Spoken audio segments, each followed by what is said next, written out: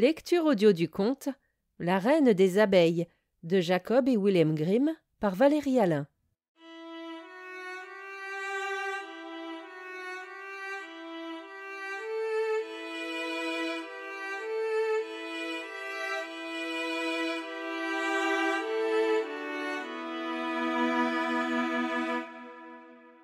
Deux fils de rois partirent un jour à l'aventure et arrivèrent dans une contrée sauvage et déserte, si bien qu'ils ne parvinrent pas à retrouver le chemin de chez eux. Leur jeune frère, qui s'appelait L'idiot, se mit en route pour aller à leur recherche. Mais quand il les trouva enfin, ils se moquèrent de lui, parce qu'il voulait, naïf comme il était, se débrouiller dans le monde. Alors que deux, qui étaient tout de même bien plus intelligents que lui, n'y parvenaient pas. Ils poursuivirent leur chemin ensemble et arrivèrent près d'une fourmilière. Les deux aînés voulaient l'éventrer pour voir les petites fourmis s'enfuir, apeurées, en emportant leurs œufs.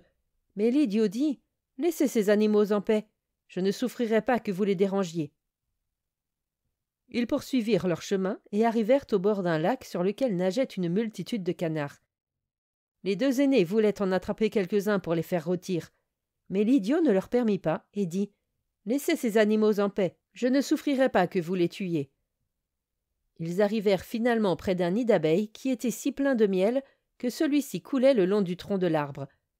Les deux aînés voulaient allumer un feu sous l'arbre pour étouffer les abeilles et prendre le miel. Cependant, l'idiot les en empêcha de nouveau et dit « Laissez ces animaux en paix, je ne souffrirai pas que vous les brûliez. » Enfin, les trois frères arrivèrent dans un château, dans les écuries duquel il n'y avait que des chevaux de pierre, et où il n'y avait pas âme qui vive.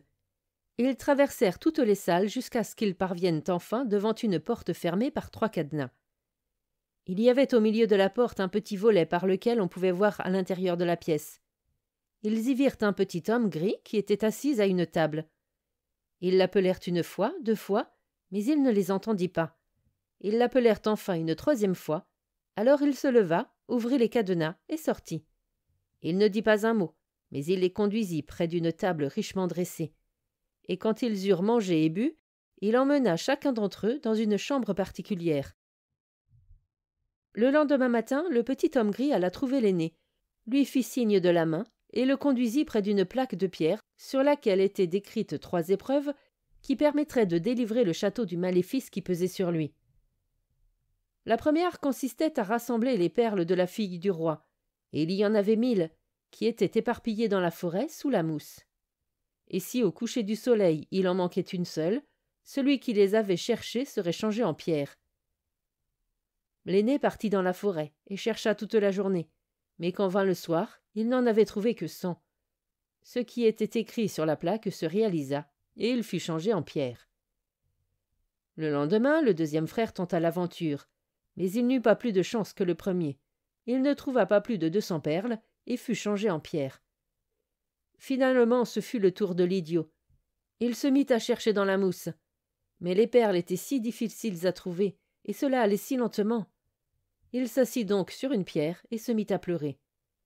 Et tandis qu'il était assis, le roi des fourmis, à qui il avait sauvé la vie un jour, arriva avec 5000 fourmis, et en peu de temps, les petites bêtes avaient trouvé toutes les perles et les avaient rassemblées en tas.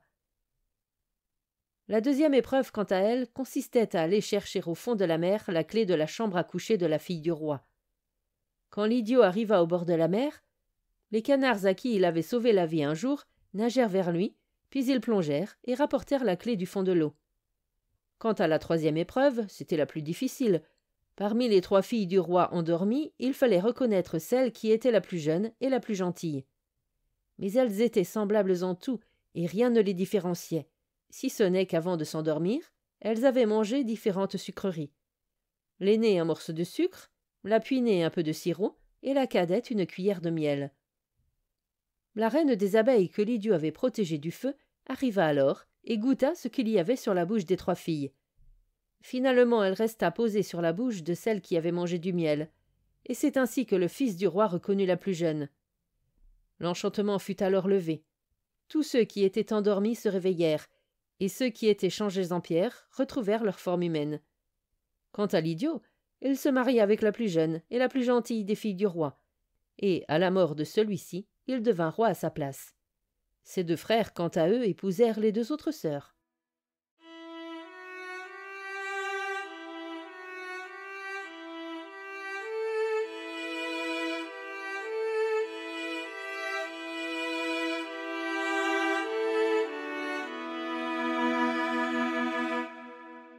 Fin de la lecture du conte La Reine des Abeilles. Merci de votre écoute. Je vous rends vos oreilles. Cœur avec les doigts.